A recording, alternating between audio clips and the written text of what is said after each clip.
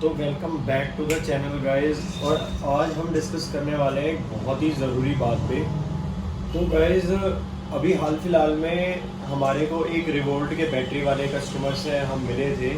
तो उन्होंने हमसे अपना एक इंसिडेंस शेयर करा है।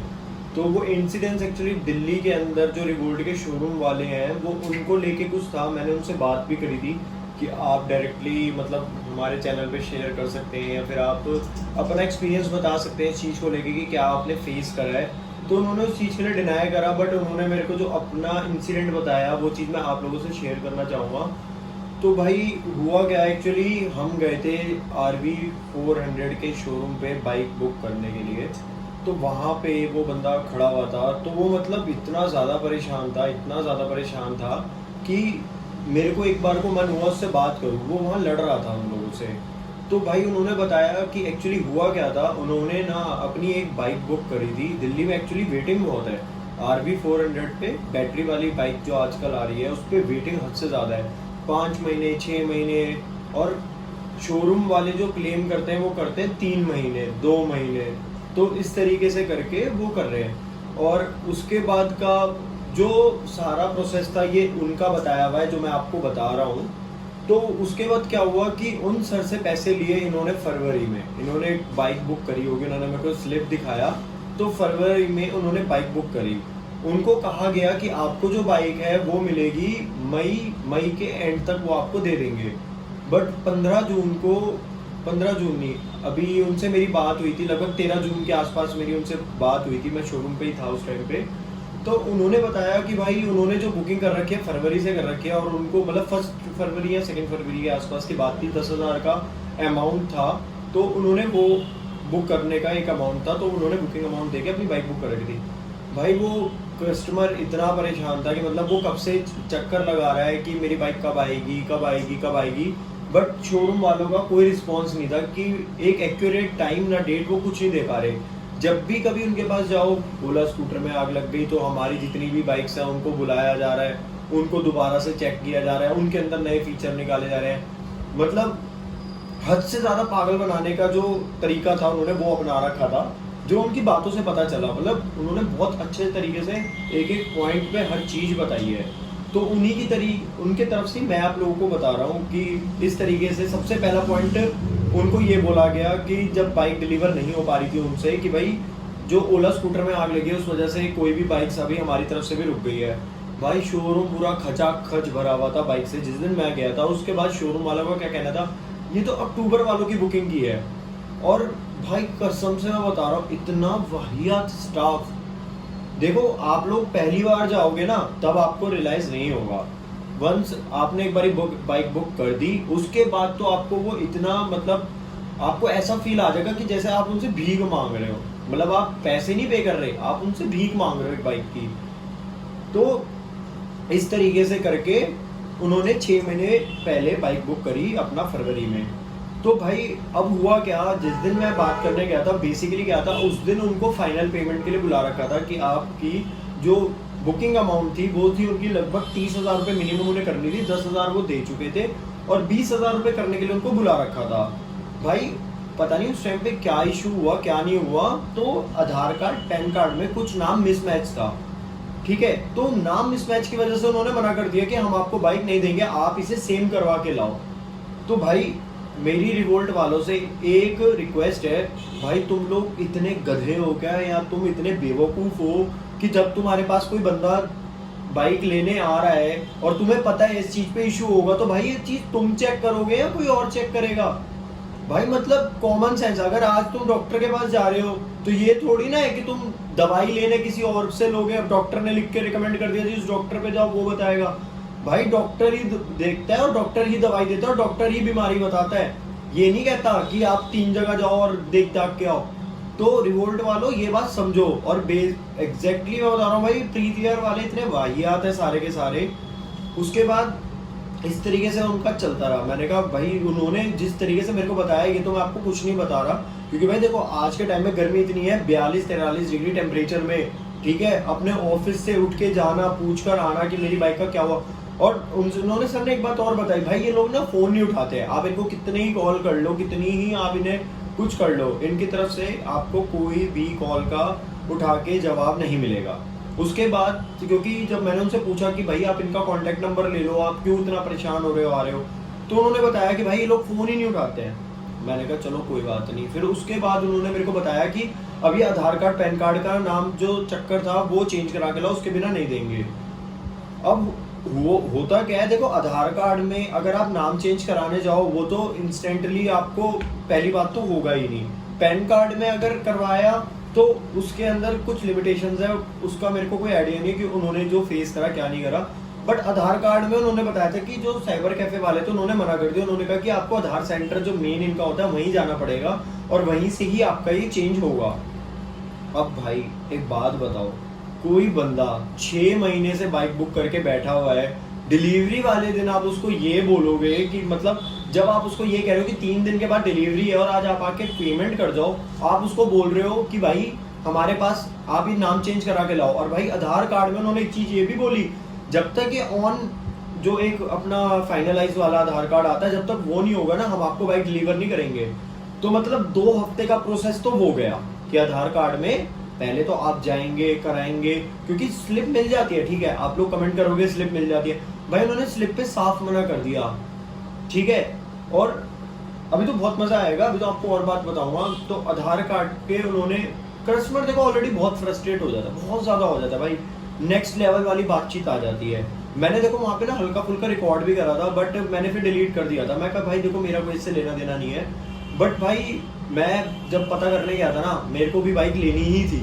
तो उसके बाद चलो मैं आपको बताता हूँ क्या हुआ। उसके बाद वो कस्टमर जाता है किसी आधार सेंटर पे, मैं वहीं पर ही था, तो वो कहीं पे साइबर कैफे वाले के पास होकर आया, कह रहा कि साइबर कैफे वाले ने मेरे से 2000 रुपये की डिमांड करी है और उसके लिए भी उन्होंने मुझे कल बुलाया और उन्होंने कहा कि स्लिप आपको मिल जाएगी, बट हमारी उसके बाद कोई जिम्मेदारी नहीं है। ऑनलाइन अब आपका 7 दिन में शो हो, 1 घंटे में शो हो या कब तक शो हो उनकी कोई गारंटी नहीं है, मतलब 7 दिन वो, उसके बाद जब वो फाइनल वाला कार्ड आएगा वो महीना भर मान लो आप गए इन्हीं चीजों में। उसके बाद भाई उसके बाद वो कस्टमर वापस आता है, वहां पे उन्होंने उसको बताया, भाई इतना वाहियात जिसे कहते हैं ना, इतना वाहियात उनका स्टाफ है, मतलब वो उनको पता है क्या कह रहे हैं, तो ठीक है अब मत लो, अब हमारे यहाँ से बुकिंग कैंसिल कर दो, अब जहां मर्जी से करा लो।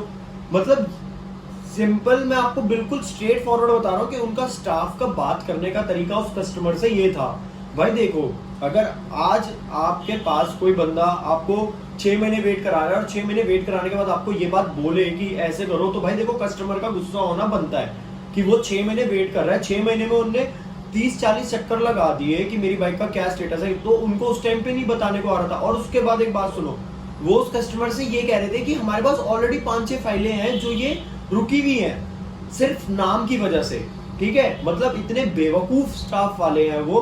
भाई प्रीत विहार कड़कड़ी मोड़ पे बिल्कुल उनका बहुत बड़ा सा शोरूम है, मतलब मैं बता रहा हूँ 3-4 जनों का स्टाफ है और महाढक्कन लोगों का स्टाफ है, बिल्कुल महाढक्कन लोग जिसे कहते हैं ना, उन्होंने वो भर्ती कर रखे हैं अंदर कि जिन्हें ना तो बात करने की तमीज, ना कस्टमर अटेंड करने की तमीज, और झूठ तो आपसे इतना बोल देंगे कि आपको ये लगेगा कि आपसे बढ़िया, इनसे बढ़िया बंदा कोई नहीं है। एक कस्टमर वहां पे ले रहा था भाई बाइक, उनसे पता क्या कह रहे हैं, 3 महीने में आपको बाइक की डिलीवरी दे देंगे। अबे बेवकूफो, एक बात बताओ, फरवरी वालों की तो तुमने दी नहीं, आज जुलाई चल रहा है और जो बंदा जुलाई में बुक करेगा तुम उसे 3 महीने में कहां से दोगे। भाई देखो कॉमन सेंस वाली बात होती है, मेरे को नहीं पता, बहुत बंदे ऐसे होंगे जो इस लाइन में भी जुड़े हुए होंगे, बट जो ये बुकिंग, उसके बाद मैं आपको बताता हूँ क्या होता है। उसके बाद उनका एक स्टाफ आ जाता है, हाँ ठीक है आप बुकिंग कैंसिल करा दो, आपको जहां से लेनी है वहां से ले लो, हमसे मत लो, हमारे यहाँ पे तो अगर आपको बाइक लेनी है तो आपको ये नाम चेंज कराना पड़ेगा, ये कराना पड़ेगा, वो कराना पड़ेगा, वरना हम नहीं दे रहे, आप बुकिंग कैंसिल कर दो।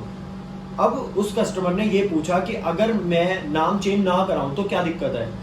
उन्होंने बोला कि जो सब्सिडी आती है, भाई देखो इस बाइक में ना एक सब्सिडी भी आती है कि मतलब जैसे आपने ईवी व्हीकल लिया तो कुछ शोरूम वालों को 40,000 के लगभग आते हैं गवर्नमेंट की तरफ से, जो रिवोल्ट के उसमें जाते हैं, मतलब कंपनी में जो सब्सिडी होती है, और एक 16,500 की दिल्ली में कस्टमर को मिल रही है, मतलब कुछ ऐसी करके है।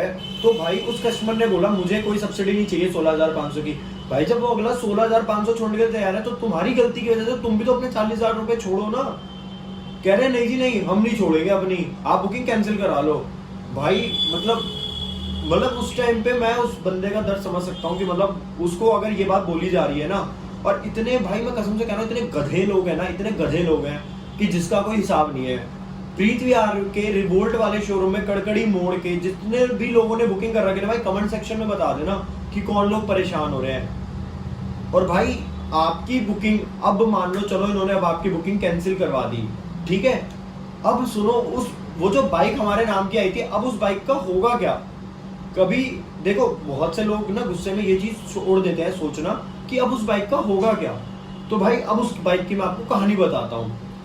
वो कस्टमर, एक मैं बताता हूँ कि जब मैंने बीच में भी एक चक्कर लगाया था तो वहां भी मुझे एक कस्टमर मिला था, ठीक है, उसने मुझे ये बात बताई थी।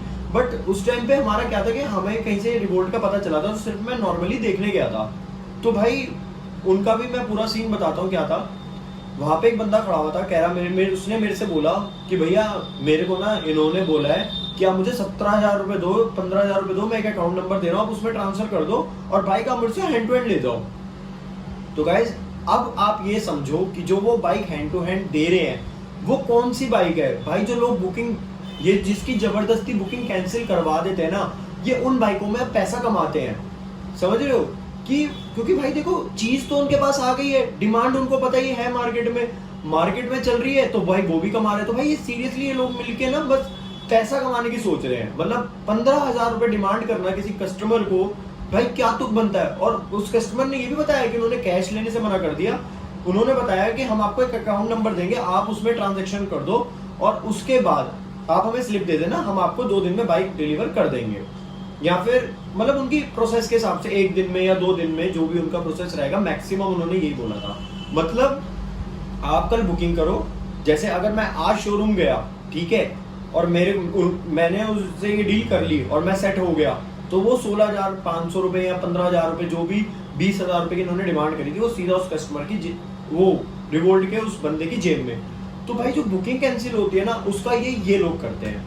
तो अब कितने ही भाई लोग ऐसे हैं मतलब जो ये चीज फेस कर रहे हैं या परेशान हो रहे हैं। तो भाई ये एक कस्टमर की बड़ी ही, मतलब 2 कस्टमर की थी। एक कस्टमर की चलो मैं आपको और बताता हूँ।